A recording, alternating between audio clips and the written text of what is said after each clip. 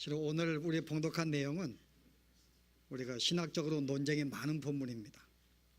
여러분들이 오늘은 그 주의를 기울이지 아니하면은 우리가 이렇게 이 말씀을 이해할 수 없는데, 실제 이 시간에 이 20장에 나와 있는 이 1000년 동안 성도들이 왕노릇한다, 사단이 1000년간 감금이 되었다, 이 1000년에 대해서 여러 가지 학설이 있는데 다 소개할 수는 없습니다.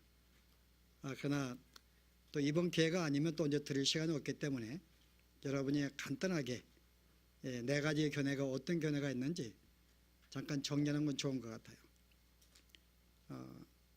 실은 이 말씀에 대해서 크게 두 가지로 나눕니다.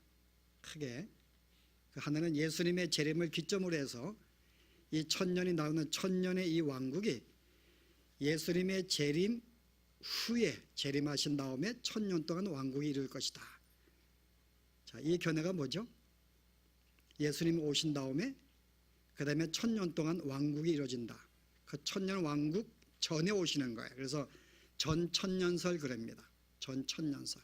그 천년설 전에 주님이 재림하시는 거예요. 그 다음에 또 두 가지의 견해는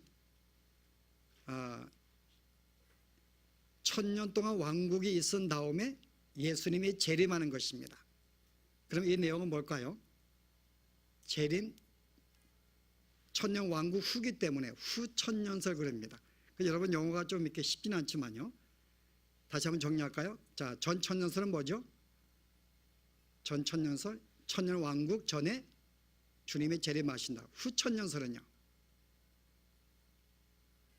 1000년 왕국 후에 재림하신다. 정리가 안 되시는 것 같아요. 뒷동네 보니까 지금. 아마 처음 듣는 분들은 생소할 수 있어요. 그래서 우리가 실은 예수님의 재림을 두고 재림 전에 1000년 왕국이 있은 다음에 재림한다는 것과 그 다음에 재림한 후신 후에 1000년 왕국이 이루어진다는 두 가지의 견해. 근데 이 두 가지의 견해를 또 두 가지의 견해가 있습니다. 각자마다. 예수님이 1000년 왕국이 있은 다음에 주님의 재림하신다 해서 실은 문자적으로 1000년을 보는 견해, 지지자가 있어요. 신학자들이. 한 견해는 뭔가 하면은 실제 1000년 동안 왕국이 있은 다음에 예수님이 재림한다는 거예요. 문자적으로. 또 한쪽은 그가 1000년은 문자적으로 1000년이 아니고 상징적으로 1000년이기 때문에 하나님이 의도하신 기간이 지난 다음에 재림하신다. 그 두 가지입니다. 그러니까 실은 후천년설을 문자적으로 보는 거예요. 이것은 나온 지가 종교개혁이나 한 500년 전에 그 종교개혁이 생기면서 그때 나온 학설입니다. 한 500년 되었어요. 왜냐하면 그때 켈빈이 종교개혁을 일으킨 다음에 그 제네바시가 실은 거의 다 기독교 국가가 되었거든요. 그래서 실은 이와 같은 기독교 국가, 범죄가 없고 정말 이렇게 교회를 중심으로 움직이는 국가, 그들은 그 당시에 그 맛을 봤기 때문에 이런 기간이 1000년 동안 있은 다음에 실은 예수님이 재림한다는 것입니다. 그런데 이것이 근래 와가지고 많이 이제 배제가 되고 있어요. 이유는 뭔가 하면은 켈빈의 시대가 몇십 년 안 됐거든요. 그 이후로 실제 기독교 국가가 1000년 동안 왕국을 누린 적이 없었어요. 그래서 이 교회는 이제 근래 와서 많이 사라집니다. 또 하나의 1000년 왕국이 있은 다음에 재림하신다. 두 번째는 무천년설. 1000년은 1000년인데 문자적으로 1000년이 아니라 상징적인 것이다. 왜냐하면 실제 예수님이 오시는 그 순간에 천국이 임했기 때문에 알죠? 세례 요한이 회개하라 천국에 가까웠니라. 여기는 한글 성경은 가까웠다는데 여러분 영어 성경이나 원문은 뭐예요? 이미 천국이 시작했고 지금 계속 되어오고 있다. has been이에요. 그 천국이 지금 이미 시작했습니다. 지금 천국이 우리에게 왔습니다. 라고 세례 요한 전파한 거예요. 예수님도 회개하라 천국이 이미 시작했다. 라고 이야기를 합니다. 그리고 예수님께서 이 귀신들 좀 고칠 때에 그때 이제 바리새인들이 시비를 걸었잖아요. 저가 귀신의 왕 바알세발의 힘을 입어서 귀신을 쫓는다 그랬더니 예수님이 귀신이 귀신을 대적하면은 그게 어찌 그 나라가 설 수가 있는가? 그게 아니라 내가 성령의 능력으로 쫓은 것인데 이미 내가 성령의 능력으로 귀신을 쫓아냈으면 이미 하나님의 나라가 너에게 이미 임하였느니라. 그 예수님이 이미 임재, 예수님의 탄생과 그의 사적을 시작이 이미 하나님 나라 천국이 시작했음을 선포합니다. 그래서 이미 그때부터 예수님의 재림 때까지의 천국, 기간은 천년이 아니지만은 상징적인 천년이기 때문에 무천년설, 이런 왕국이 지난 다음에 그 다음에 예수님이 재림하신다. 이게 이제 두 가지 학설입니다. 그러면 전천년설은요, 여기도 두 가지 학설이 있어요. 여기에도요. 자, 한 가지 견해는, 실은 여기는 한 가지 견해는 뭔가 하면은 천년 왕국이 임하는데 예수님이 재림한 다음에 천년 왕국이 임합니다. 그런데 재림을 두 가지로 구분해요. 하나는 예수님이 첫 번째 재림했던 공중 재림인데 그때 많은 사람이 휴거가 될 것이다. 믿는 자가 다 휴거되는 거예요. 남아있는 사람은 크리스찬들이 없습니다. 이 남아있는 기간 동안에 한 7년의 기간이, 예수님이 다시 한번 재림이 7년 후에 이루어지는 지상 재림이, 그 사이에 이스라엘 백성들이 회개해가지고 그들이 예수를 믿고 복음을 증가하는 시대, 그래서 그들이 핍박을 받는다. 그 여기에는 이제 교회들은 환난 당하지 아니하고 이제 유대인들이, 예수를 믿는 유대인들이 7년 환난을 당해요. 그래서 예수님의 지상 재림을 두 번째 재림을 하신 다음에 그 다음에 천년 왕국이 이루어진다는 것입니다. 이게 이제 전천년설이에요. 좀 이야기하면 세대주의적 전천년설입니다. 또 하나의 전천년설은 역사적 전천년설이에요. 이것은 예수님의 재림을 두 가지로 안 나눕니다. 예수님의 재림을 하시게 되면은 그때부터 천년 왕국이 이루어지는 거예요. 그 나머지 대심판이 이루어집니다. 여기서 실은 예수님의 재림을 기점으로 그 전에 왕국이 있을 것이다, 재림 후에 왕국이 있을 것이다, 각자 두 가지의 견해가 있습니다. 여러분이, 저는 오늘 견해가 오는 것이 옳다 틀리다 오늘 논하고 싶진 않아요. 이건 사람들이 맞는 것이기 때문에. 그러나 참고적으로 여러분들이 두 가지, 네 가지의 견해 가운데 한 가지, 천년은 단순히 문자적인 것이 아니라 상징적인 것이기 때문에 우리가 예수님의 처음부터 재림 때까지가 기간을 말하는 것이다. 이 견해가 언제 나왔을까요? 이 견해는 이 요한계시록을 기록한 사도 요한의 제자 폴리갑의 주장입니다. 폴리갑은 영적으로, 이것은 영적인, 왜냐하면 요한계시록 상징적인 것이기 때문에 천년을 상징으로 봐야 되지 문자로 보면 안 된다. 왜냐하면 여기 나와 있는 용이 잡혀서 이렇게 쇠사슬에 묶이고 무정에 가서 열쇠로 감금되고, 여러분 영적인 존재가 열쇠로 감금된다고, 쇠사슬에 감금된다고, 이런 기간 다 상징이기 때문에 그가 뭔가 어떤 능력을 상실하게 되었다든지 힘을 발휘 못하는, 거기에 대한 상징이기 때문에, 여기다 상징 아니에요, 그죠? 그렇기 때문에 이것은 천년이 문자가 될 수가 없다. 이것은 실은 이 말씀을 기록한 사도 요한의 제자의 주장이에요. 그 역사가 2000년 된 것입니다. 그 또 하나가, 다시 한번 반복하지만요, 실제 문자적으로 천년 왕국이 있은 다음에 재림하신다. 후천년, 몇 년 되었다고요? 500년, 종교계 시대. 아니, 금방 잊어버리신 것 같아요. 자, 그러면 이제 다시 한 번 더, 이거 가지고 시간 끌 수가 없으니까요. 자, 이제 전천년설 두 개입니다. 예수님의 재림한 다음에 천년 왕국이 이루어진다. 자, 여기에서 첫 번째 세대 예수님의 재림을 두 가지로 구분해서 공중 재림과 지상 재림, 그 다음에 천년 왕국, 이 견해는 나온 지가 한 100년 되었어요. 세대주의 이 견해가 100년 되었습니다. 그 다음에 또 하나, 역사적 세대주의, 예수님의 재림을 오시는데 천년 동안 왕국이 이루어진다. 역사적 전천년설은 언제 생겼을까요? 이것도 초대교회에서부터 나온 거예요. 이것도 역사가 2000년입니다. 실은 역사적으로 예수님의 재림을 한 번으로 보고 재림을 하시면 천년 왕국이 이루어지는 거예요. 이것은, 이 견해는 초대교회는 실은 많이 받지 않았어요. 왜냐하면 이 천년 왕국은 그들이 메시아를 기다렸거든요. 메시아를 기다렸는데 그들이 메시아를 거절했습니다. 그렇기 때문에 다시 하나님께서 당신의 뜻대로 다시 한번 메시아를 다시 보내어서 이 땅에 메시아의 왕국이 이루어져야지 그 다음에 천국에 가는 것이기 때문에, 그런 점에서는 이 역사적 전천년설은 천년 왕국을 주장한 것은 유대인들에 의해서 주장된, 유대인 그리스도인들에 주장된 것입니다. 그런데 폴리갑은 유대인이 아니에요.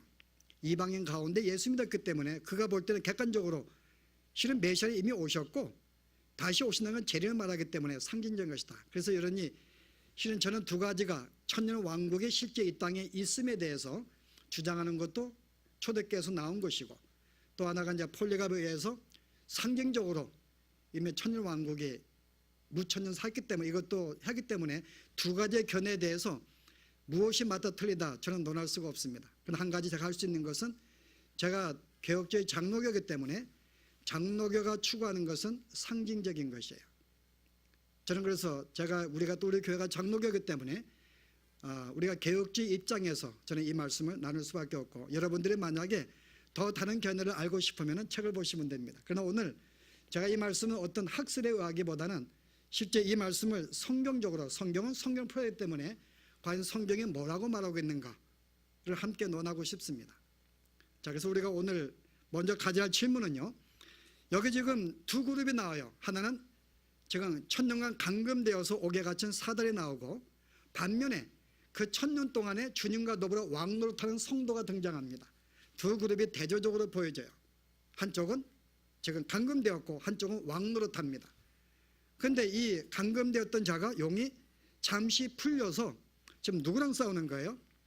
그가 지금 곡과 마곡을 미혹을 해가지고 그들을 다 불러 모아서 여기에 있는 사들에서 육제 나온 이 한 그룹, 이미 천년간 주님과 왕노릇하는 그룹에 대항하고 싸우려고 시작합니다. 하자마자 금방 멸망되는 거예요. 하늘에 불이 내려와서 그 다 없어집니다. 그 다음에 이제 이 용은 결국은 이제 마지막에 불 속에 들어가는데 거기에 이미 누가 있어요? 두 짐승이 이미 거기에 몸담고 있습니다. 자, 그러면은 이 전쟁과 앞에 19장에 우리가 지난 시간 나누었던 전쟁이 또 나옵니다. 두 짐승이 등장하는데, 두 짐승이 백마탄 분이 그리스도가 내려오셔서 그와 더불어 많은 성도와 하늘의 천사들도 백마 타고 그를 따릅니다. 천사의 그룹이, 예수님의 그룹이 나오고, 그 다음에 또 누구예요? 두 짐승이 세상의 왕들과 모든 군대들, 민족들을 데리고 싸웁니다. 이게 지난 시간 배운 거예요. 근데 우리가 그 결과에 대해서는 우리가 스킵했습니다. 이유는 오늘 함께 보려고요. 자, 전쟁했는데 전쟁의 결과가 어땠어요? 자, 19장 보실래요? 자, 오늘은 말씀의 적용보다는 정확하게 성경을 오늘 이렇게 이해하는 것으로 오늘은 좀 중점을 하려기 때문에 오늘은 성경을 보고 본문을 제대로 이해하십시다. 혹시 모르면 손 드세요. 이해를 하고 지나가야 되니까는. 자, 보실래요? 17절 보세요. 지난 시간에. 자, 이제 백마 타고 하는데 공중에 한 천사가 음성합니다. 자, 와서 어떻게 해요? 하나님의 큰 잔치에 모여 왕들의 살과 장군들의 살과 장사들의 살과 말들과 그것을 탄 자들의 살과 자유인들이나 종들이나 작은 자나 큰 자나 모든 자의 살을 먹으라 하더라. 그래서 불러가지고, 자, 이제 여기 있는 전쟁에 죽은 자들의 모든 시체를 먹으라고 세계 명령하는 거야. 그랬더니 어떻게 나와요? 결과가요? 19절 보실래요? 내가 봄에 그 짐승과 땅의 임금들과 그들의 군대들이 모여 그 말탄 자와 그의 군대와 더불어 전쟁을 일으키다가 짐승이 잡히고 그 앞에서 표적을 향하던 거짓 선자도 함께 잡혔으니 이는 짐승의 표를 받고 그의 우상에게 경배하던 자들을 표적으로 미혹하던 자라. 이들이 산채로 유황불 속에 던져지고, 자, 두 짐승이 유황불에 던져집니다. 그 다음에요, 그 나머지는 말탄 자의 입으로부터 나오는 검에 다 죽습니다. 새가 와서 그들의 살로 배불리 먹더라. 그래서 앞에 있는 이 백마탄 자와 싸운 이 짐승과 모든 이 적들은 다 죽게 되고, 짐승은 불구덩 속에, 나머지 함께 동조한 모든 자들은 새들에게 죽임을 당합니다. 자, 이 전쟁과 오늘 봉독한 20장의 이 전쟁, 사단이 용이 풀려서 세상의 이 곡과 마곡을 미혹을 해가지고 군사를 모아서 지금 하느님과 싸우려고 하다가 멸망당하는 것, 이 두 내용이 같은 내용일까요? 다른 내용일까요? 여러분이 요한계시록을 시간적으로 쭉 본다 그러면 다른 내용이 됩니다. 그러나 우리가 계속 봤듯이 이 요한계시록은 반복적인 것이기 때문에 반복으로 본다면요, 이 두 사건은 동일한 사건이에요. 동일한 사건을 설명하는 것입니다. 상호보완적으로. 그 이유가 뭔가 하면은, 여러분이 논리적으로 앞에 20장에 이미 두 짐승이 들어갔고 다른 모든 자가 다 죽었습니다. 더 이상 하나님을 대적하는 자가 이미 없는 거예요. 이미 19장 끝났어요. 여러분 앞에 있는 17장에 보시면 음녀와 바벨론도 그들의 불 속에 더 이상 그들은 존재하지 않습니다. 거기서 끝나버렸어요. 근데 또 등장합니다. 그 여기에도 두 짐승과 그다음에 모든 땅에는 모든 자가 다 죽었고 다 죽어버렸어요. 근데 20장에 또 등장해요. 그런 점에서 이것은 이미 다 죽었다면 등장할 수 없는 무리들인데 등장한 것은 우리가 알듯이 반복적인 내용이다. 그러나 우리가 성경은 성경으로 풀어야 돼요. 과연 그러한가? 여러분, 구약의 이 요한계시록은 거의 다 구약의 사건과 예언에 근거한 말씀에 근거를 기록한 것이기 때문에 이 내용이 분명 구약에 등장하게 됩니다. 자, 어디 나올까요? 에스겔 38장과 39장의 이 사건이 그대로 묘사가 돼요. 자, 보실래요? 여러분이 에스겔서는 어떤 내용이에요? 에스겔서는 이스라엘 백성이 범죄해서 포로로 끌려갔습니다. 바벨론에 70년간 포로 생활할 때에 그때 에스겔이 예언한 거야. 너희들이 70년 고통할 것이다. 다시 풀려나게 될 거야. 이것을 예언한 말씀이에요. 그런데 그들의 예언대로 그들이 풀려났습니다. 나게 되는데 이들이 풀려나서 회복이 되려고 하는 즈음에 동방에 있는 또 많은 부족들이 연합을 해가 다시 이스라엘 치기 시작합니다. 자, 그들이 누굴까요? 자, 에스겔서 38장 보십시다. 이 말씀이 지금 여기에 누가 등장을 보시고 38장 보세요. 1절 말씀. 여호와의 말씀이 내게 임하여 이르시되 인자야 너는 마곡 땅에 있는 자, 누가죠? 마곡. 그만 우리 20장에 나왔죠. 요한계시록에 그가 마곡과 곶을 동원해서 싸웁니다. 여기 마곡이 등장하죠. 마곡 땅에 있는 누가 있어요? 로스레와 메섹과 두발 왕, 곧 고게게로. 이 로스와 메세와 두발 왕입니다. 이 지방을 다스리는 왕, 곧 누구예요? 곡입니다. 고게게로 얼굴을 향하고 그에게 예언하여 이르기를 주 여호와께서 이같이 말씀하시기를 로스와 메섹과 두발 왕 고가 내가 너를 대적하여 내가 너를 죽일 것이다. 이 내용이에요. 여기 마곡은 뭔가 하면은 마곡은 땅의 이름입니다. 많은 이 조그마한 민족의 지파 살고 있는 그런 땅이에요. 거기에 대표된 왕 두발 왕이 곡입니다. 이 곡은 왕의 이름이에요. 왕입니다. 곡이면. 그 다음에 마곡은 이 곡이 다스리는 땅이 마곡이에요. 쉽죠? 곡은 왕이고 마곡은 다스리는 땅, 곡과 마곡입니다. 이들은 누군가 이스라엘 백성을 대적하던 존재들이었어요. 근데 이들이 어떤가 보실래요? 자, 그 다음에 여러분들이 이제 39장 가서 보세요. 자, 1절 봅니다. 그러므로 인자야 너는 곡에게 예언하여 이르기를 그 왕입니다. 마곡의 왕. 주 여호와께서 이같이 말씀하시되 로스와 메섹과 두발 왕 고가 내가 너를 대적하여 어떻게 했다고요? 6절 보세요. 또 내가 불을 마곡과 및 섬에 평안히 거주하는 자에게 내리리니 내가 여호와인 줄 그들이 알 것이라. 자, 어때요? 여기 곡과 마곡에 내가 불을 내려서 아까 오늘 봉독한 20장에 곡과 마곡이 모여서 실롱하는데 하늘에 불이 내려서 그들을 살릅니다. 이 말씀에 대한 예언의 성취인 것을 보여주는 거예요. 하나만 더 볼래요? 자, 이들이 죽임을 당했어요. 하나님이 이제 그들을 이스라엘 백성을 대적하니까는 그들을 쳐서 다 죽여버립니다. 근데 그들을 누가 시체를 먹는가 보세요. 자, 11절에 보세요. 그날에 내가 곡을 위하여 이스라엘 땅 곧 바다 동쪽 사람이 통행하는 골짜기로 매장지를 주리니 통행하는 길이 막힐 것이라. 사람이 거기에서 곡과 그 모든 무리를 매장하고 그 이름을 하문곡의 골짜기를 이끌었더라. 죽었죠? 그 다음에 17절 보세요. 그들이 어떻게 하는지. 주 여호와께서 이같이 말씀하셨느니라.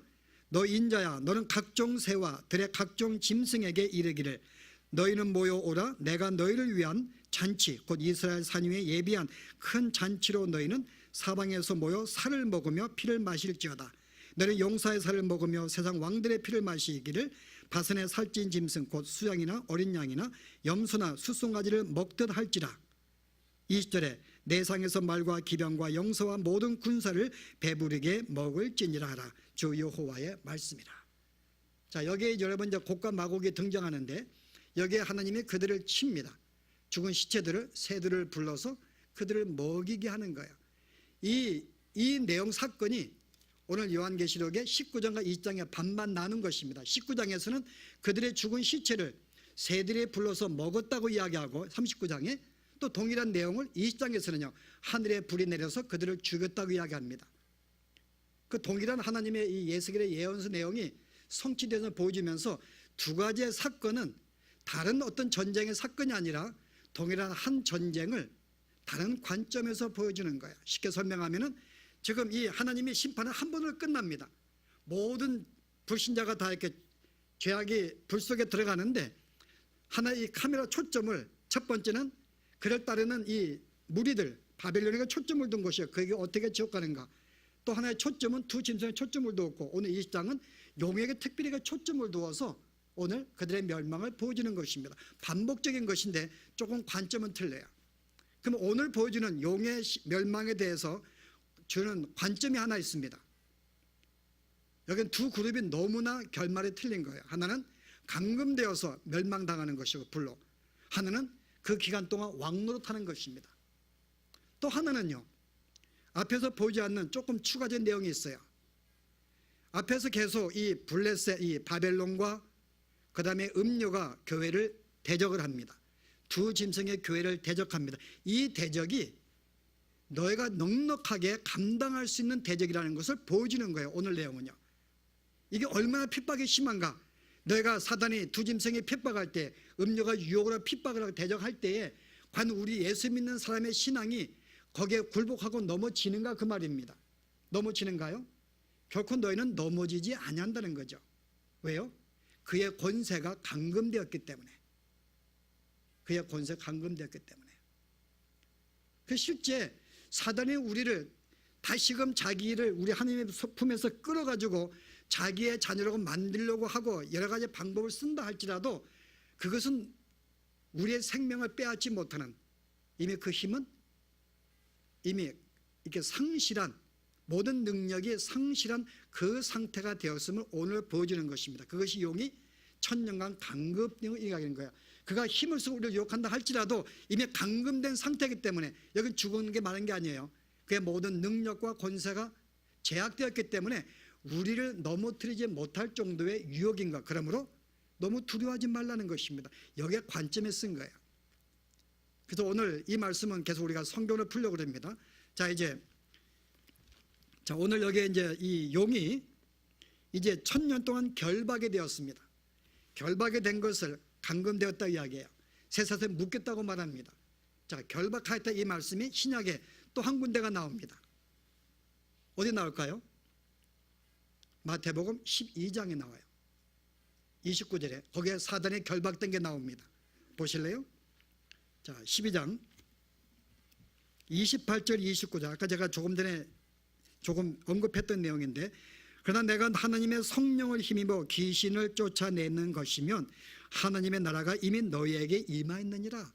내가 귀신을 성령의 능력으로 쫓아내면 이미 천국이 너에게 이미 임했다는 것입니다. 그 다음 보시래요. 사람이 먼저 강한 자를 결박하지 않고서야 어떻게 그 강한 자의 집에 들어가 그 세간을 강탈하겠는가. 결박한 후에야 그 집을 강탈하리라. 여기서 먼저 강한 자를 결박합니다. 그 누가 지금 어떤 강한 자가 있어가지고 그를 결박합니다. 강하지 못하면 결박하지 못해요. 결박을 해야지만이 그 집에 들어가서 모든 걸 강탈한다 그럽니다. 여기서 결박을 당한 자는 누구일까요? 앞에 지금 예수님께서 성령의 능력으로 귀신을 쫓아내었어요. 그래서 쫓아낸다는 말은 거기에 속한 자를 지금 불러내었다 그 말입니다. 사단에게 속한 자, 그 집에 속한 자를 끌어서 내었어요. 우리를 이미 사단의 존재들인데 우리 하나님의 백성 만들기 위해서는 먼저 강한 자가 사단을 결박을 해야지만이 그에게 속한 자를 끌어낼 수가 있습니다. 그럼 여기에 결박된 자 누굴까요? 사단이죠. 이미 주님이 오셔서 이미 그의 능력으로 그를 결박을 시킨 다음에 그 결과로 결국은 귀신을 쫓아내기도 하고 거기에 속한 자를 끌어서 주의 백성을 삼으시는 그 내용이 담겨 있습니다. 이미 여기서 주님이 내가 와서 이미 사역을 베푸는 그 순간부터 사단은 결박이 되었다고 이야기를 합니다. 결박이 되었기 때문에 사단은 더 이상 힘을 쓸 수가 없는 거예요. 그래서 그는 옛날에는 힘을 많이 썼어요. 그러나 결박된 상태로는 옛날만큼 힘을 쓸 수 없는 상태가 되었습니다. 이제 귀신은 쫓겨나게 되었고 그게 속한 자를 계속 빼앗기는 거예요. 누구한테요? 예수님께 계속 빼앗기는 것입니다. 결박이 되었기 때문에 주님이 오시기 전에는 그가 빼앗기지 않았습니다. 다 그냥 자기 사탄아 만들었죠. 그래서 온 이스라엘 백성까지도 타락을 시켜서 다 포로로 끌려가게 만든, 그 다음에 암흑시대를 만들었어요. 사단은 그런 능력이 있었는데 예수님 온 다음부터는 결박되어서 이제는 자기의 편은 하나하나 빼앗기게 됩니다. 그래서 누가복음 보시면은 여러분이 그 예수님의 70명의 자기 제자들을 파송을 시킵니다. 누가복음 10장에 보시면은, 그래서 그들에게 능력을 주었고, 그래서 그들이 귀신을 쫓아내고 왔어요. 그 보고했더니 너무너무 신나가지고 우리가 주의 능력으로 막 이렇게 귀신을 쫓아냈습니다 그랬더니 예수님이 뭐라 그래요? 내가 안다 그럽니다. 한번 보실래요? 자, 누가복음 10장에 보시면은 17절에 70인이 기뻐하며 돌아와 이르되 주여 주의 이름이면 귀신들도 우리에게 항복하다이다. 예수께서 이르시되 사단이 하늘로부터 번개같이 떨어지는 것을 내가 보았느라. 하늘에서 떨어진 모든 권세가 상실한, 능력이 상실한, 누구로 말미암아?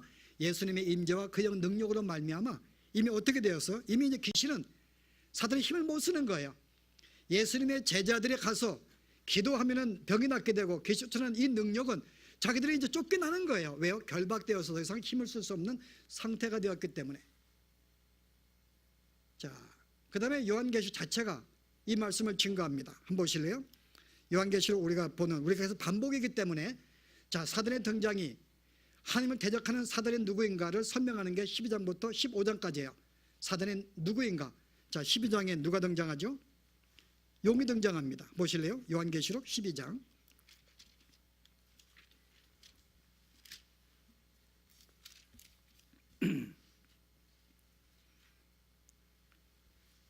자, 7절 말씀 보시면 하늘에 전쟁이 있으니 미가엘과 그의 사자들이 용과 더불어 싸울세 용과 그의 사자들도 싸우나 이기지 못하여 다시 하늘에 그들이 있는 곳을 얻지 못한지라. 자, 사단이 더 이상 하늘에 있질 못해요. 큰 용이 쫓기니 옛뱀 곧 마귀라고도 하고 사단이라고도 하며 온 천하를 깨는 자라. 그가 땅으로 내쫓기니 그의 사자들도 그와 함께 내쫓기니라. 여기서 사단이 내쫓깁니다. 누구로 말미암아요? 그 앞에 5절의 힌트가 있어요. 여자가 아들을 낳으니 이는 장차 철장으로 만국을 다스릴 남자라. 그 아이를 하느님 앞과 그 보호자 앞에 올라가더라. 예수님의 탄생에는 그걸 죽이려고 했어요. 근데 그가 철장으로 만국을 다스릴 그리스도가 곧 하늘로 올라가 부활 후에 천국에 올라갔습니다. 그 예수님의 구속사역의 결과로 말미암아 그 다음에 사단은 땅에 내쫓깁니다. 모든 권세가 상실하는 거예요. 그래서 어떤 결과가 벌어져요? 13절에요. 용이 자기가 땅으로 내쫓긴 것을 보고 남자를 낳은 여자 교회를 핍박하는지라. 모든 권세가 상실되었어요. 그래도 이 최후의 발악으로 이제 그를 낳은 교회를 핍박하는 것입니다. 근데 누가 이기는가요? 제일 마지막 절 보세요. 용이 어떻게 해요? 용이 여자에게 분노하여 돌아가서 그 여자의 남은 자손 곧 하나님의 계명을 지키며, 여기 또 하죠, 하나님의 계명을 지키며 예수의 증거를 가진 자들과 더불어 싸우려고 바다 모래 위에 서 있더라. 자, 이 말씀이 금방 봤죠? 20장에 사단이 천년 동안 감금돼 풀려난 다음에 어떻게 했어요? 그가 곡과 마곡을 미혹해서 자기가 군사를 만들었어요. 근데 이 싸우는 대상이 누구라고요? 보세요. 하나님의 계명을 지키며 예수의 증거를 가진 자들과 더불어 싸우려고 바다 모래 위에 섰더라. 이 입장 아까 8절에도 그들이 바다 모래에 서가지고 싸우려고 준비하자마자 그냥 멸망을 당합니다. 12장의 내용이 계속 반복적으로 이 말씀의 재원을 보여주는 거야. 근데 조금 다른 관점에서 보여주는 거죠. 그럼 여기에 지금 용이 누구와 싸운다고요? 하나님의 계명을 지키며 예수의 증거를 가진 자들과 더불어 싸우려고 바다 모였더라. 여기에 하나님의 계명과 증거를 가진 자들은 누구를 말해요? 교회를 말하죠. 지금 교회와 싸우고 있는 거야. 우리를 대적하고 있는 것입니다. 그러나 세대주는 어떻게 해요? 세대의 한켠에는 이들은 이 땅의 존재가 아니고 이전 천년 왕국은 이미 예수님의 재림한 다음에 완전히 구원받은 영원한 몸을 입은 자들이야 라고 이야기를 합니다. 그럼 오늘 여기 12장은 뭐라 그래요? 이미 예수를 지금 예수 증거를 가진 자들과 싸우려고 모인다고 이야기합니다. 자, 근데 이들의 결과는 어땠어요, 여러분? 결국은 이기지 못해요. 여러분, 그 13장에 재밌는 게 있습니다. 용이 싸우려고 등장했는데 13장부터는 자기가 안 싸워요. 용이 직접 안 싸우고 누가 싸웁니까? 자기의 대리자 2명을 세웁니다. 바다에 나온 짐승과 땅에 나온 짐승. 바다에 나온 짐승은 국가의 권력이나 힘이고 땅에 나온 짐승은 그것을 믿게 만드는 거짓 선지자, 세상의 관습의 유혹들입니다. 이들을 대결시켜가지고 교회를 대적하는 거예요. 그 다음에 10장 가면은 이 용과 이 대제를 따랐던 세상의 무리들, 음료와 바벨을 통해서 그들을 쾌락으로 세상을 미혹을 합니다. 유혹을 하는 거야.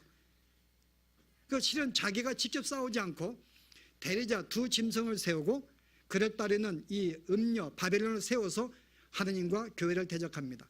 왜 대리자를 세웠을까요? 이거 마치 한국에 보낸다 그래야지 정신을 딱 차리고 답을 할 텐데, 자, 왜 용이 직접 싸우지 않고 두 하늘 바다에 나온 땅의 짐승을 세워서 대리를 세워서 그들로 싸우게 만들고, 그 다음에 또 음료 바벨론 대신 세워가 그들로 세상에 우리 교회를 유혹하게 만들었을까요? 그들 통해서 핍박을 하고 미혹을 하고 유혹을 하고 대적을 합니다. 왜 직접 싸우지 않을까요? 오늘 봉독한 말씀에 그런 감금되었기 때문에 그런 직접 뛸 수가 없어요.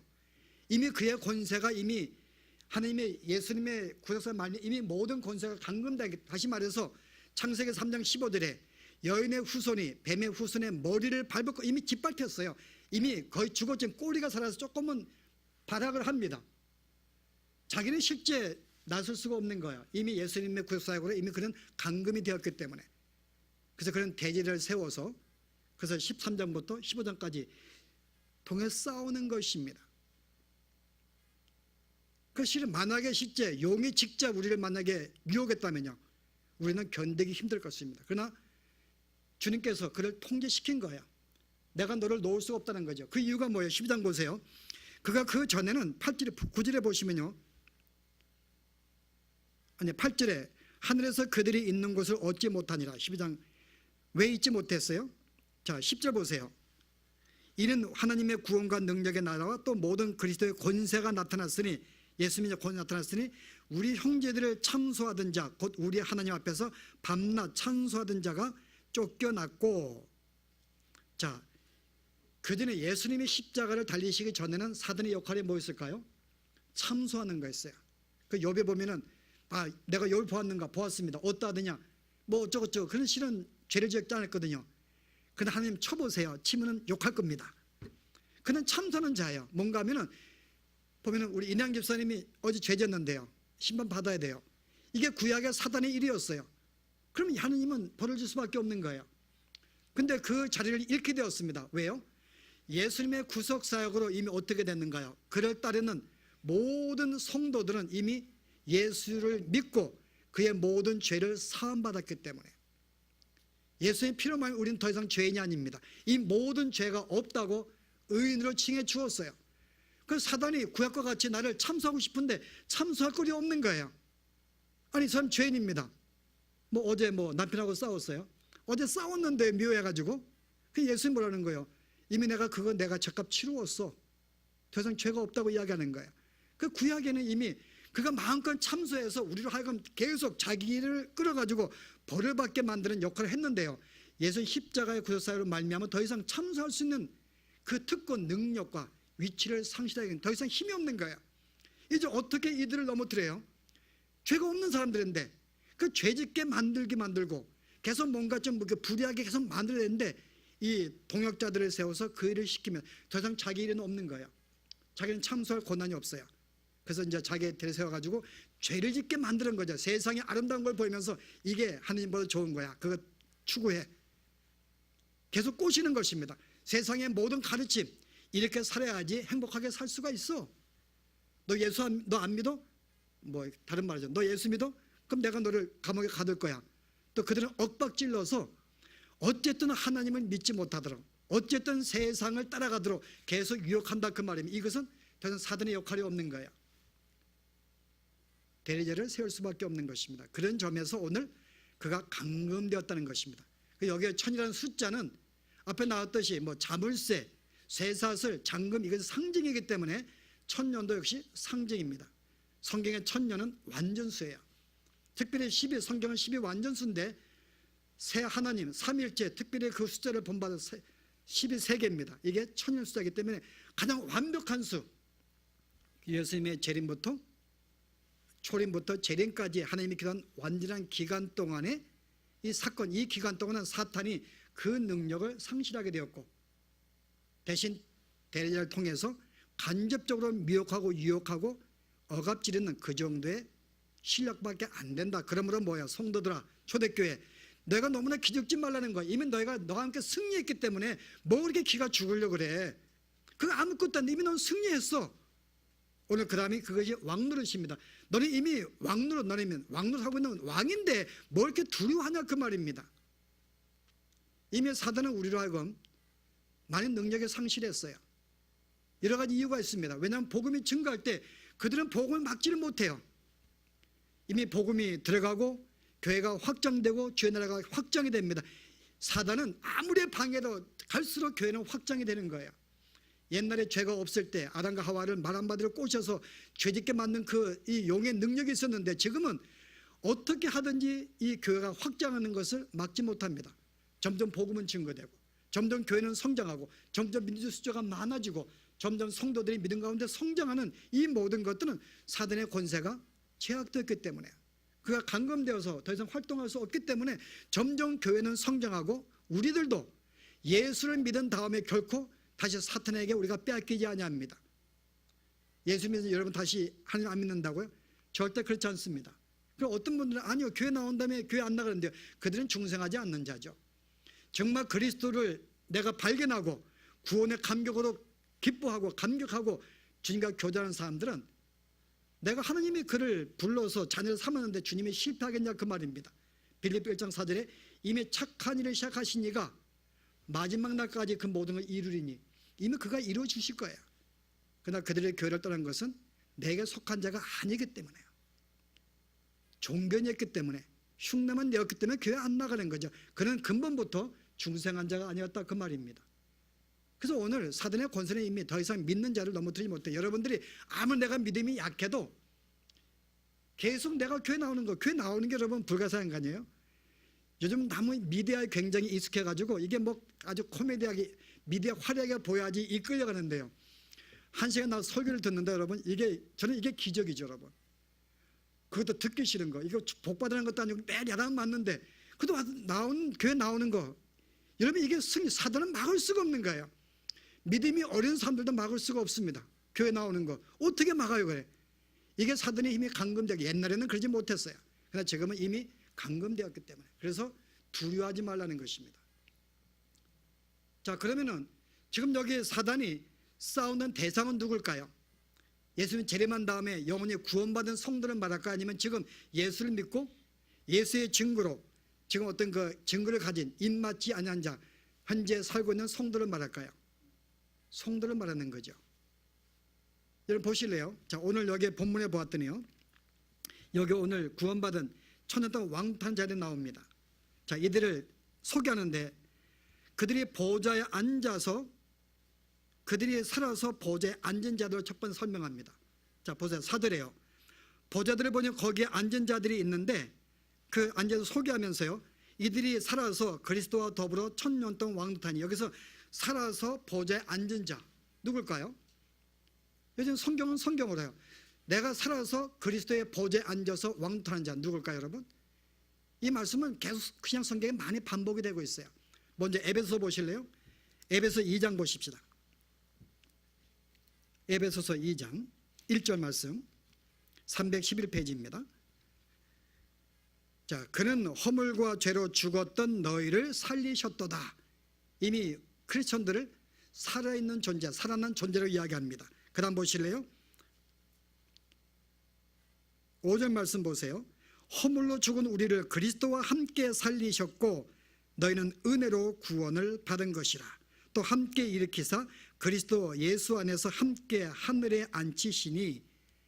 자 이미 여기서 구원받은 성도들을 이미 그들이 살아서 하늘의 보좌에 앉은 자라고 이야기를 합니다. 제 말이 아니고 하나님 말씀의 에베소서예요.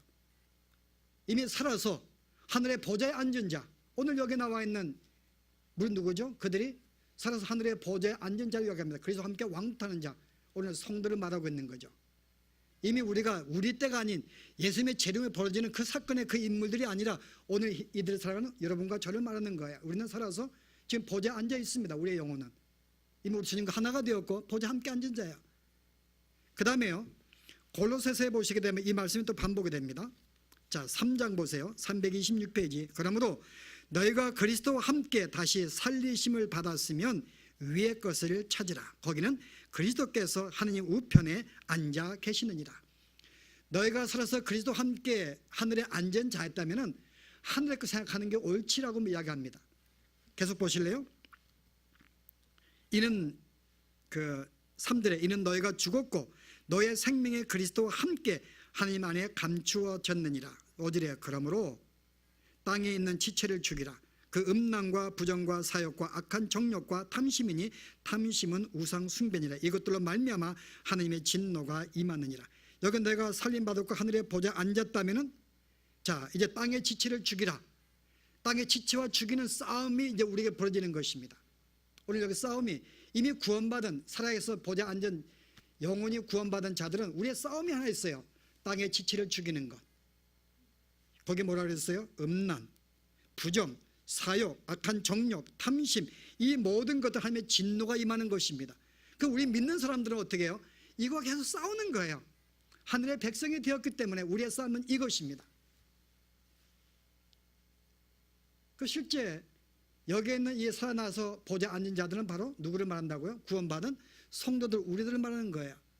지금 우리가 누구와 더불어? 그리스도와 더불어 1000년 동안 이미 천국은 임했기 때문에 천국을 소유한다. 지금까지 재림 때까지 계속 우리는 왕도하고 있는 것입니다. 자, 하나만 더 볼까요? 이들은 누구인가요? 다시 20장 보실래요? 6절에 그들이 살아서 이 사는 자를 이는 첫째의 부활이라. 첫째의 부활에 참여하는 자들은 복이 있고 거룩하도다. 둘째 사망이 그들을 다스리는 권세가 없고 그들이 그리스도와 더불어 1000년 동안 왕노릇할 것이다. 자, 이들은 두 번째 특성은요, 자, 살아서 하늘에 보좌에 앉은 첫 번째입니다. 두 번째는요, 첫째 부활에 참여하고 둘째 사망이 없는 자라고 이야기해요. 자, 여러분은 부활했는가요? 여러분은 첫째 부활했는가요? 첫째 부활은 첫째 살은 거예요, 여러분. 금방 우리가 말할 때 에베소와 고린도, 이기면 너희가 그리스도 함께 살았다면은 요한복음의 5장 22절에요. 나를 믿는 자와 나를 보낸 자를 믿는 자는 영생을 얻었고 심판에 이르지 아니하느니 사망에서 생명으로 옮겼느니라.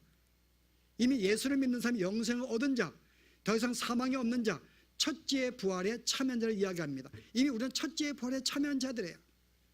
자, 우리에겐 둘째 부활이 있습니다. 둘째 부활은 뭘까요? 우리의 몸이 부활되는 거예요. 아직 우리의 몸은 아직 거룩한 존재가 아닙니다. 예수님이 다시 재림하실 때는 우리의 몸도 호련히 거룩하게 변화가 되어 사는 것. 이미 우리의 영혼은 이미 부활했기 때문에, 살았기 때문에 우리의 몸까지 부활해서 영원한 존재가 두 개가 합쳐진 날은 이게 영원한 둘째 부활입니다. 그러나 우리가 예수 믿는 사람은 이미 첫째 부활에 참여했어요. 이미 우리 영혼은 살아있는 존재입니다. 뭐 성경에 너무 많이 말씀이 기록되기 때문에 이 말씀을 우리가 함께 찾아볼 수 없어요. 이미 여러분들은 첫째 부활에 참여한 자들이에요. 우리에게는 뭐가 없다고요? 둘째 사망이 없습니다. 첫째 사망은 우리의 몸이 죽는 거죠. 우리 몸이 죽을 수가 있어요. 누구만 죽는가? 예수님의 재림할 때 살아있는 자들은 그들에겐 첫째 사망도 없겠죠. 그럼 대부분은 거의 다 첫째 사망이 있습니다. 그러나 그들은 둘째 사망이 없어요. 둘째 사망은 영혼이 몸과 영혼이 지옥에 떨어지는 것. 이게 대심판입니다. 완전히 멸망하는 게 이게 둘째 사망이에요. 그러나 첫째 부활에 참여한 자들은 둘째 사망에 참여하지 않는다고 이야기합니다. 이미 예수를 믿고 우리 영혼이 살아서 하늘의 보좌에 있는 사람들은 둘째 사망이 없다. 우리에겐 심판이 없는 거예요. 왜요? 이미 여러분은 심판을 받았으니까요. 예수를 믿는 순간 너는 의인이야 땅땅 쳐서 이미 의인의 그룹에 넣었습니다. 재판이 끝났다 그 말입니다. 그래서 우리에겐 심판이 없는 거예요. 둘째 사망이 없다 그 말입니다. 자세한 내용은 다음 시간에 할 것이지만요. 그럼 여러분이 첫째 부활에 참여한 자가 누굴까요? 오늘 예수를 믿고 살아서 영생을 얻은 자, 오늘 교회를 말하는 거죠. 그럼 여기서 나와 있는 이 사람들은 누구를 말하는 걸까요? 예수를 믿고 살아서 하늘의 보좌에 앉아서 주님과 함께 왕노릇하는 자, 여기에 속는 거예요. 세대주는요. 왕노릇인데 여러분 권력은 다 부패하게 되어 있습니다. 왕들이 그렇게 좋은가요? 왕노릇하는 게요? 여러분 이 성경에 속으시면 안 돼요. 여기서 왕노릇한다만 나오면 우리가 그럴 수 있겠다. 주님한 다음에 1000년 동안 이 땅에서 왕노릇 뭐 할 수 있겠다 생각할 수 있어요. 근데 그 숫자가 얼마나 될까요? 구원받은 자가? 예수님 이후로, 아니 구약시대부터 오실 예수 믿고 구원받은 자가요, 아마 몇십억이 될 겁니다.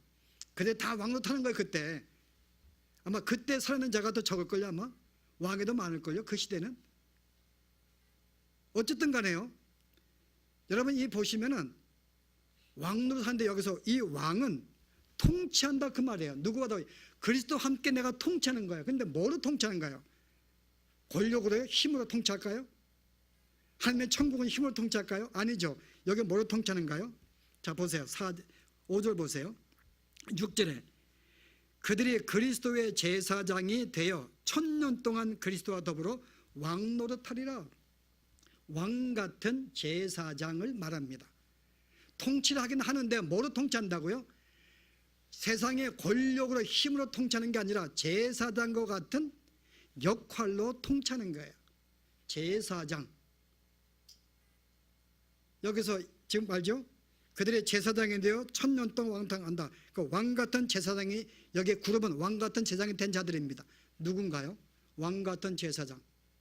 이미 우리가 출애굽기에서도 이스라엘 백성을 부른다면 너희는 나의 거룩한 제사장이요. 신약시대에 베드로가 교회를 향해서 뭐라 그랬는가요? 한번 보실래요? 교회를 향해서 베드로후서 2장에 보시면은 2장의 9절 제가 읽습니다. 너희는 택하신 족속이요 왕같은 제사장들이요 거룩한 나라요 그의 소유가 된 백성이니 이는 너희가 어두운 데서 불러내어 그의 기이한 빛에 들어가게 하신 이의 아름다운 덕을 선포하게 하려 하심이라. 너희가 전에는 백성이 아니더니 이제는 하느님의 백성이요 전에는 국류를 얻지 못했더니 이제는 국류를 얻은 자가 되었느니라. 여기 너희는 택하신 족속이요 왕같은 제사장들이라. 이미 교회를 가리켜서 왕같은 제사장, 주님과 더불어 우리가 왕의 권세를 간 통치하지만은 뭐로 통치하는가요? 통치는 제사장의 역할 통치하는 거예요. 세상의 왕들은 왕같은 왕을 권력의 힘으로 통치하고 우리는 제사장의 직분으로 통치한다 그 말입니다. 제사장은 뭘까요 여러분? 자기 생명을 내어주는 자예요. 교회의 세상을 우리가 지배하고 통치하는 것은 힘이 아니라 우리의 재물이나 우리의 능력이 아니라 우리가 섬기는 우리의 생명을 내어줌으로 세상을 다스리는 자, 이게 왕같은 제사장입니다. 오늘 여기 나와 있는 그룹은 어떤 그룹이에요? 그들이 왕같은 제사장을 소개합니다. 그래서 1000년 동안 통치하는 거예요. 이미 예수님이 오신 다음부터 구원받은 모든 교회들은 왕같은 제사장의 직분을 가져서 여전히 세상을 통치해요. 그러나 그것은 힘이 아니라 바로 섬기는 국류를 베푸는 일을 통해서요. 여러분 이 말씀은 여기만 나오는 게 아니라 여러분이 요한 앞에 보시면 5장 보실래요? 요한계시록 5장에 제가 10절 봅니다. 예수님께서 이제 예수님이 등장하는데 그분을 찬양하는 글인데요. 그들로 우리 하느님 앞에서 나라와 제상을 삼으셨으니 그들의 땅에서 왕노릇하리로다. 지금 누구 됐냐? 이 요한계시록 5장이에요. 이미 이들이 5장부터 교회를 향해서 그리스도를 찬양하는데 이 그리스도가 어떤 분이라고요? 그는 족속과 방언과 백성과 나라 가운데에서 사람들을 피로 사서 하나님께 드리시고 그들로 우리 하나님 앞에서 나라와 제상을 삼으셨으니 그들의 땅에서 왕노릇하리로다. 그리스도가 이 땅에서 당신의 피로 백성을 산 교회들이 어떻게 했다? 교회들을 샀는데 하나님께 드렸는데 그들이 하나님 나라의 제상을 삼았고 그들의 땅에서 왕노릇한다. 이미 교회된 이야기가 우리가 알 수 있습니다. 여기 나온 20장의 내용이 단순히 그 내용이 아니라 여기 앞에 있는 5장에 계속 반복적인 것이기 때문에요. 이 말씀이 1장에 나와요. 요한계시록 1장에도. 자, 1장에 예수님에 대해서 뭐라고 이야기해요? 자, 1장 하나만 제가 보겠습니다. 6절에요. 그의 아버지 하나님을 위하여 우리를 나라와 제사장으로 삼으신 그에게 영광과 능력이 세세토록 있기를 원하노라. 이미 구원받은 백성을 제사장으로 삼았으니 그에게 영광을 돌릴지어다. 여기 나와 있는 모든 계시록의 내용들은 이미 구원받은 교회들에 대한 내용을 하고 있는 거예요. 그럼 오늘 여기 있는 것은 예수님이 재림한 다음에 영원히 이제 죽은 자들이 거룩한 몸이 되어서 하는 먼 미래에 있는 사건, 그럼 우리와 관계가 없는 존재들이죠. 이미 여기서는 두 그룹, 이미 사단은 그리스도의 구속사역으로 이미 권세가 감금되었습니다. 힘이 이미 상실하게 되었어요. 그건데 우리는 극복하고 승리할 수 있습니다. 그러나 그의 우리의 싸움은 뭐라고요? 우리 왕도하지만 그것은 싸우는데 지지 아니할 것입니다.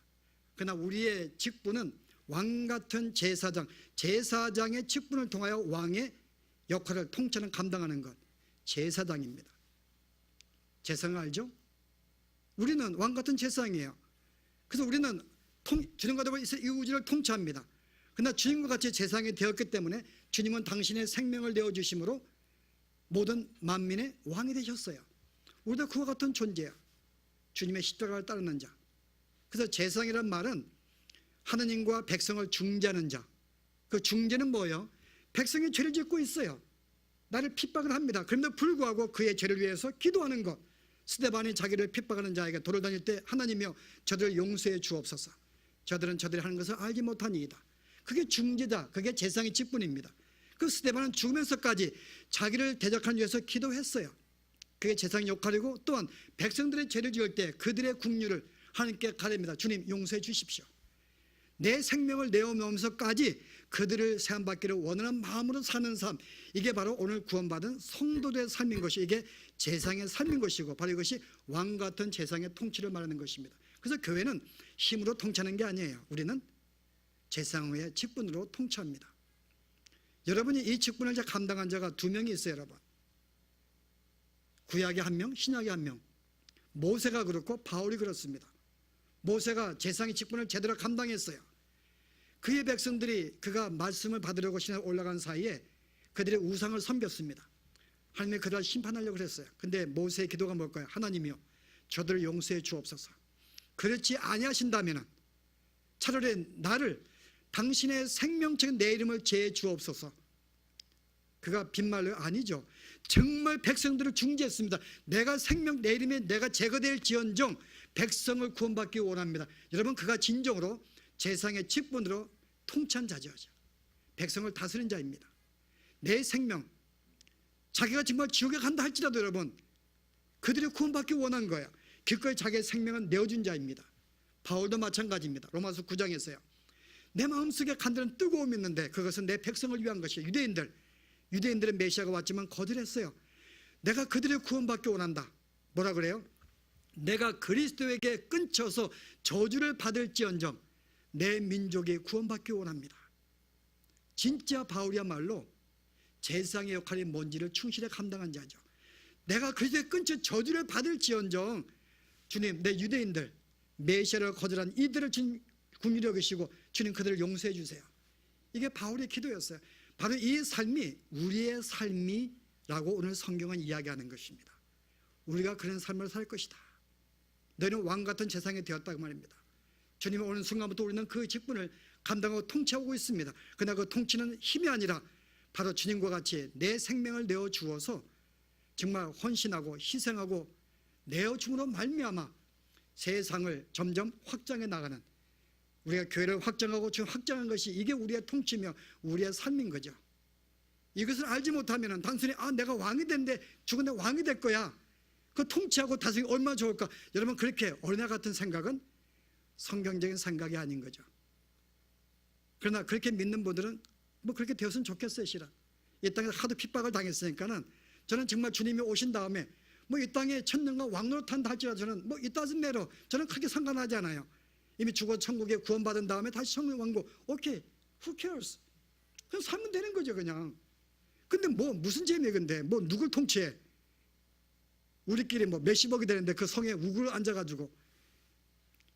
그러나 만약에 그걸 손한다면 그렇게 뭐 해도 괜찮겠다, 그게 푼다면. 그러나 이미 우리가 주님이 오셔서 이미 우리가 천국에 올라가는 순간 다시 두 번째 재림 때 구원받은 모든 자가 영원한 몸을 입었는데, 다시 영원한 몸을 입은 그 영혼과 육체가 다시 이 땅에 내려와서 다시 산다는 것은 이건 넌센스인 거죠. 여러분, 이미 영원한 존재가 된 다시 이 땅에서 다시 육체와 다시 물질과 더불고. 그래서 오늘 이 내용의 삶은 우리가 하나님을 믿는 자와 믿지 않는 자의 삶이 얼마나 대조적인 것을 보여줍니다. 결국 사단의 이 힘은 지금 힘이 없고 조만간 주님이 오실 때는 영원히 멸망하는 그들의 결과를 보여주는 것이고요. 오늘 구원받은 성도들은 비록 너희가 핍박을 당한다 할지라도 이미 사단의 권세는 이미 감금되었어. 더 이상 힘이 없는 거야. 그러므로 어떻게 하라고요? 힘을 내어서 내가 제사장이 되어서 너희를 내어줌으로 말미암아 이 땅을 점점 지배하고 하나님의 영광을 드러내고 성품을 드러내고 주의 나라 확장하는 것이 바로 우리의 일인 것. 이게 이 땅의 지상에 남아있는 왕 같은 재상의 직분을 받은 우리의 삶이라고 오늘 성경은 말합니다. 하나만 이제 말씀 듣고 이제 결론 맺습니다. 여러분이 알고 있는 데살로니가 후서 2장 보십시다. 여러분이 아마 이 성경은 아마 처음 봤는지 몰라요. 아마 태어나서 읽었는데 이게 이런 말씀이 있었는가? 아마 여러분들이 아마 방어할 수 있으니까는 자 보십시다. 데살로니가 후서 2장 4절 말씀 보십시다. 335페이지. 그는 대적하는 자라 신이라고 불리는 모든 것과 숭배함을 받는 것에 대항하여 그 외 자기를 높이고 하나님의 성전에 앉아 자기를 하나님이라고 내세우느니라. 누구를 말하죠? 사단입니다. 지금 용의된 이야기인데요. 자, 그 다음에 6절에 너희는 지금 그로 하여금 그의 때에 나타내게 하려 하여 막는 것이 있는 것을 아나니.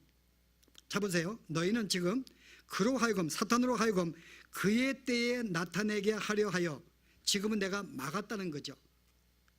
이미 그가 활동할 때가 있을 것입니다. 예수님이 온 이후로 그가 활동할 때가 있을 거예요. 그의 때가 있기 때문에 내가 지금 그를 막는 것이 있는 것을 너희가 안다는 거죠. 이미 초대교회는 알고 있었어요. 이미 사단이 때가 있기 때문에 하나님이 이미 그를 막습니다. 보실래요? 그 다음 보세요. 7절에요.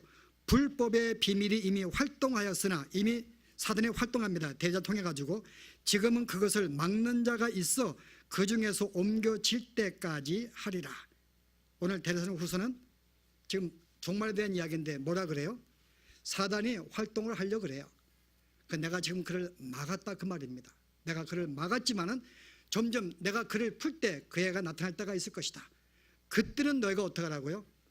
믿음으로 한번 싸울 때 있다는 거. 마지막 때에 하나님 잠시 다시 우리의 교회를 정화시키기 위해서, 참과 거짓을 구별하기 위해서 그때는 한 번은 하나님이 사단을 풀어서 여기 직접 내가 나서가지고 이제 싸울 것입니다. 그때는 엄청나게 아마 우리를 대적할 때가 있을 것이다. 그러나 그때는 잠깐이에요. 잠깐입니다. 곧 준비하자마자 불이 내려와서, 그러나 그 잠깐이 언제인가? 지금이 될 수도 있고 아마 또 조만간 이룰 수 있습니다. 그런데 저는 지금이 되기를 원해요. 또 지금이 믿고 싶습니다. 더 이상 심하면 어떻게 견뎌 우리가? 지금도 우리가 못 견디는데, 여러분 지금 미국이 얼마나 살기 좋은데 여러분이 견딘다고요? 다 지금 빠져 있는데 미국 살기 좋아서 더 풍요로운 삶을 살고 싶어서 이미 바벨론 통해 가지고 이미 유혹하는데 거의 교회는 다 빠져가지고 거의 물질 만능주의가 되고요. 세상을 추구하고 지금 하고 있는데 더 이상 사단이 용까지 등장해서 우리 괴롭힌다면요. 여기는 아마 3분의 1가 남을까요 지금? 그러나 지금만큼 세상의 물질로 교회를 유혹한 적이 없었고요. 지금만큼 세상의 힘으로 교회를 핍박한 적이 없었고, 지금만큼 수많은 거짓된 교훈으로 교회를 유혹한 적이 없었습니다. 거짓 선생과 그리스도와 세상의 교훈들과 세상의 물질은 아마 지금만큼, 아마 당들을 볼 때 이것만큼 정말 교회를 유혹하고 핍박할 때 있었는가? 지금은 거의 교회들이 거의 넘어갔어요. 핍박으로 많이 넘어가고요. 거의 거짓 교훈으로 거의 다 많이 넘어가고 세상의 물질로 이 쾌락으로 거의 넘어갔기 때문에 실제 하느님만 바라보고 천국의 소망을 두고 믿음으로 사는 자가 얼마나 되겠는가? 저는 지금의 가장 사탄이 풀린 때라 보기 때문에 여러분과 저를 위한 말입니다. 지금도 힘든데 더 이상 풀리게 되면은 그때는 정말 여러분과 제가 이 시간 볼 수 있을까요? 그래서 오늘 이 주신 말씀은 이미 사단의 권세가 이미 주님이 오시는 그 순간부터 그의 구속사역으로 이미 감금이 되어서 힘이 제약을 받기 때문에 너희가 두려워하지 말고 너희는 하나님과 같이 그리스도와 함께 왕노릇 제사장이 되었으니 너의 삶을 주님과 같이 기꺼이 내어주어서 희생하고 헌신하고 너의 삶을 내어주는 죽는다 할지라도 너희를 통해서 저런 사람들이 정말 수많은 생명 살아나는 이 삶을 살 것이다. 이게 원리입니다. 제가 적용은 제가 못해요. 시간이 좀 많기 때문에. 여러분 적용도 여러분 집에 하셔야죠. 제가 어제 제가 뉴스를 하나 봤는데 1, 2분만 더 할게요. 그랜드 래피즈 여러분 알죠? 미시간에. 저는 그 도시가 어떻게 형성되어갈지 잘 몰랐어요. 근데 그 도시들이 부자들이 거의 다 큰 건물 지었더라고요. 큰 병원들, 소아과 전문 병원들. 부자들이 그 돈을 기부해가지고 그냥 아예 내줬어요. 나를 위해 쓰라고. 그래서 거기는 전문가 있고 환자들 데려오면 이 환자 부모들이 숙식하도록 호텔까지 지어주고 부자들이 돈 가지고 그거 했더라고요. 그래서 거기에 결론 가면은 한국의 부자와 틀리다 그 내용이에요. 한국의 부자와 틀리다. 한국의 부자들은 자기를 위해 돈을 모으는데 미국의 어떤 부자들은 기꺼이 내어주는 거예요. 저는 이게 바로 세상의 삶이 아닌가. 여러분이 돈 버는 것 내어주는 것이 나를 위한 삶이 아니라 내어주는 것. 병원도 짓는 거예요. 고아원도 짓는 것입니다. 뭐 짓는 거 기부하는 거예요. 그 돈을 거기에 써서 그들이 할 수 있도록. 제가 보고 세상 사람도 그러한데 오늘 교회들이 과연 우리가 기부할 수 있을까? LA는 종종 교회들이 커가지고 뭐 이렇게 노인 아파트 지어가지고 교회 기부하기도 해요. 우리 교회가 언제 커가지고 돈을 노인 아파트 지어가지고 기부할까요? 교회 건물도 아직 못 갖고 있는데. 저는 여러분 가운데 이건 뭐 한번 기부하면 좋겠어요. 건물 한 사람이. 우리 다른 교회는 고생하지 말고 돈 좀 많이 벌어서 내어놔도 언니 없으면 이 교회 한번 기부하면 좋을 것 같아요. 후손들에게 빚 줘가지고 그들로 교회 사게 하지 말고. 또 어떤 분들은 성도들 어려울 때 여러분 찾아가서 그 회에서 내가 이명생 오늘 안 나오셨는데 그분이 아직 약방에 감춰야 뭐 이상훈 집사님 뭐 이렇게 일손 부족하다고 저한번에 삐레가 도와주고요. 누가 또 부족하다면 삐레가 도와주고 아주 뭐 없으면 안 돼요. 그분이 없으면은. 그것도 좋은 일입니다. 성도들이 도움이 필요할 때 가서 하는 것. 또 하나님 부르심이 여러분들 기꺼이 뭐 갑자기 의사 생활 때려치우고 누가 몽골에 가가지고 한 그 책 나오죠. 뭐 내려놓은 삶인가? 그렇게 할 수 있어요. 하나님 부르시면은 이제는 내가 나를 위해 내가 모든 걸 준비했으니 이 모든 준비를 가지고 이제는 내가 오지에 가서 삶을 살 것이다. 이 삶을 내어주는 것. 여러분 우리는 수많은 우리가 방법들이 있습니다. 이게 제사장의 직분을 받았기 때문에 어떻게 이를 잘 감당할지 나를 위한 삶이 아니라 기꺼이 남을 살리기 위해서 나를 내어주는 삶. 이게 세상의 왕 같은 삶인 줄 알고 이를 통해서 여러분 주의 나라가 널리 확장되는 삶이 있기를 바랍니다. 기도하십시다. 하나님 오늘 비록 사단이 우리를 넘어뜨리기 위해서 여러 가지 모양으로 유혹하고 핍박한다 할지라도 이미 그는 그의 모든 능력과 위치가 상실되었기 때문에 우리의 생명을 빼앗지 못하는 그런 단순한 유혹인 것을 발견합니다. 더 이상 세상의 유혹에 그 미혹의 핍박에 넘어지지 아니하도록 지금 우리를 붙잡아 주시고 우리의 믿음을 도와서 격근히 견디고 승리할 수 있는 저희들의 삶이 되어지도록 축복하여 주시옵소서. 우리를 왕같은 제사장으로 삼으셨는데 세상이 말하는 권력으로 다스리는 것이 아니라 기꺼이 제사장으로 우리를 내어주어서 세상의 죄악과 불의를 중지함으로 우리를 내어준 삶을 통하여 주의 나라가 확장되고 주의 나라가 완성되는 이 놀라운 삶에 기꺼이 참여할 수 있는 저희들의 삶이 되어지도록 축복하옵소서. 예수 이름으로 기도합나이다.